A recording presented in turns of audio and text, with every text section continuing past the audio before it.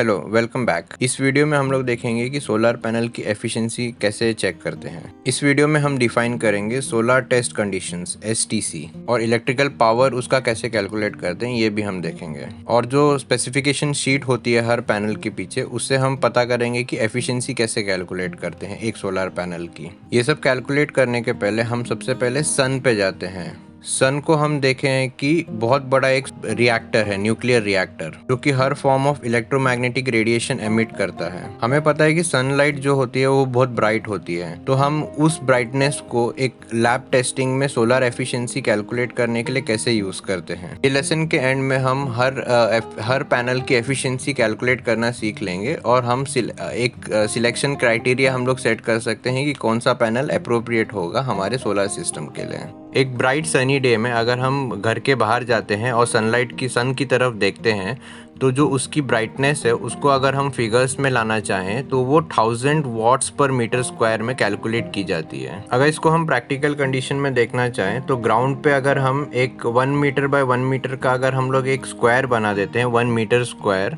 1 metre square के जो box है उस पे जितनी सनलाइट पड़ेगी तो वो होगा 1000 वॉट्स पर मीटर स्क्वायर। जो ये 1000 वॉट्स पर मीटर स्क्वायर की जो हमारे पास फिगर आई है उसको हम लोग बोलते हैं एक सोलर स्टैंडर्ड। उस ब्राइटनेस को हम एक टेम्परेचर के साथ में कोरिलेट करते हैं जो कि है 25 degree Celsius, around 77 degree Fahrenheit.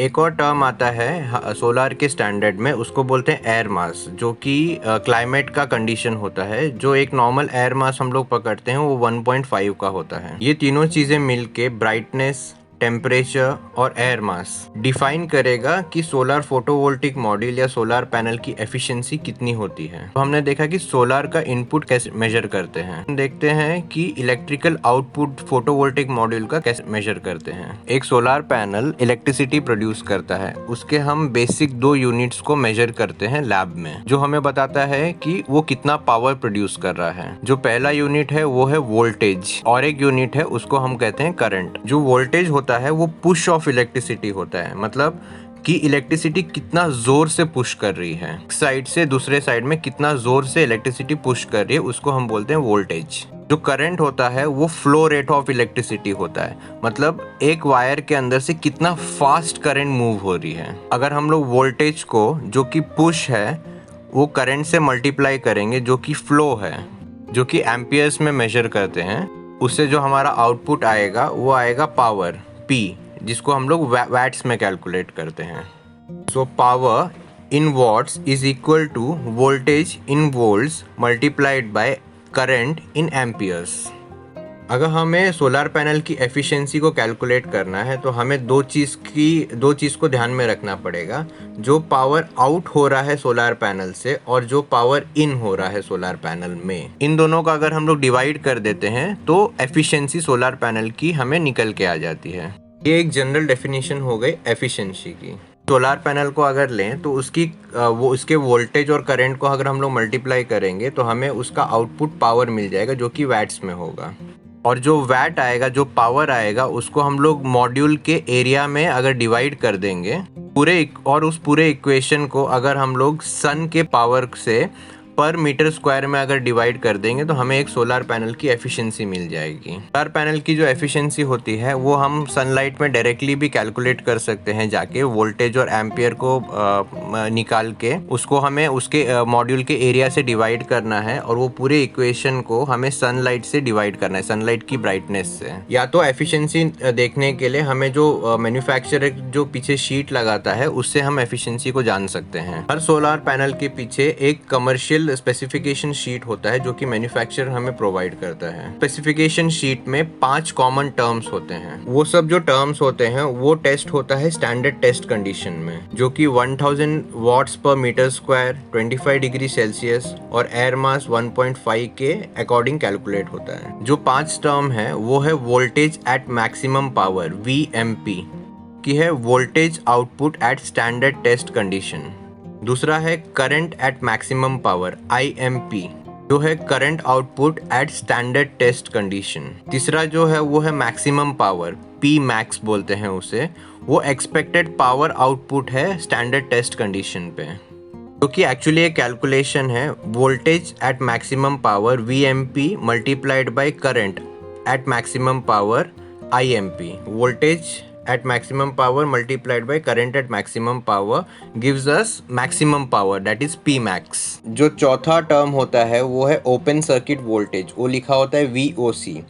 वो है मैक्सिमम वोल्टेज जो कि आपका एक सेल अपनी लाइफ टाइम में मैक्सिमम जो प्रोड्यूस कर सकता है। पांचवा है ISC जिसको बोलते हैं शॉर्ट सर्किट करंट, की है मैक्सिमम करंट जो एक सेल अपनी लाइफ में कभी भी एक दे सकता है, मैक्सिमम करंट जो है वो सेल की। अगर हमें एक सोलर पैनल का वोल्टेज और उसकी करंट जो कि स्टैंडर्ड टेस्ट कंडीशन में मैन्युफैक्चरर टेस्ट करके हमें देता है सोलर पैनल का, वो हमें अगर पता है तो हम एक सोलर पैनल की एफिशिएंसी डायरेक्टली कैलकुलेट कर सकते हैं। अगर हम लोग एक सोलर पैनल की स्पेसिफिकेशन शीट को देखें तो हमें सब पांचों टर्म जो होंगे वो हमें लिस्टेड दिखाई देंगे उस शीट में।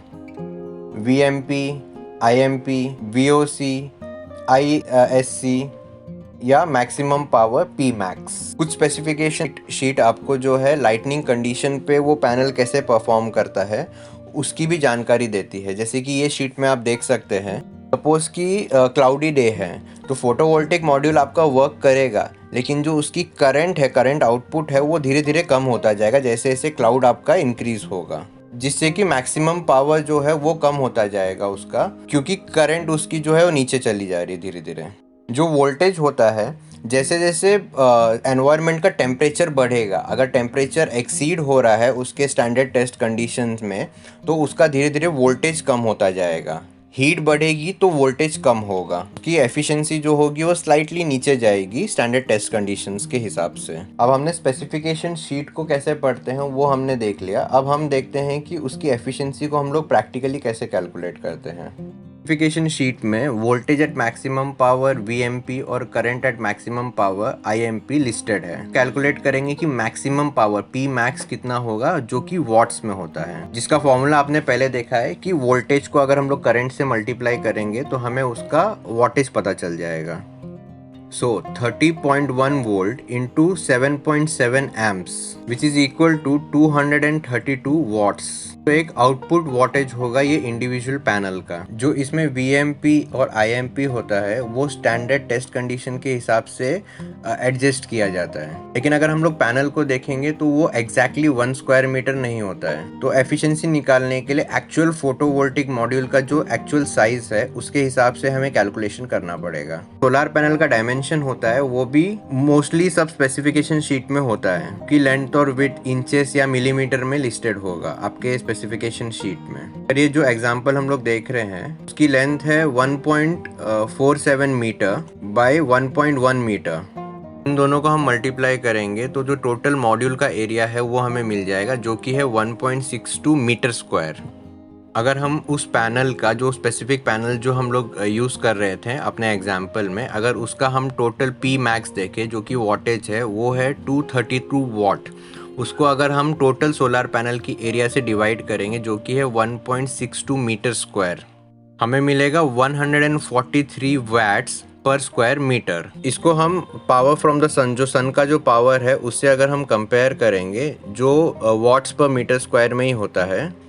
अब जो एफिशिएंसी है वो हमेशा कैलकुलेट करते हैं power out divided by power in, जो कि बनता है एफिशिएंसी ऑफ द पैनल। अब हम 143 वैट्स पर मीटर स्क्वायर जो कि हमारा पावर आउट है जो पैनल से निकल रहा है उसको हम डिवाइड करेंगे 1000 वैट्स पर मीटर स्क्वायर जो कि पावर इन है।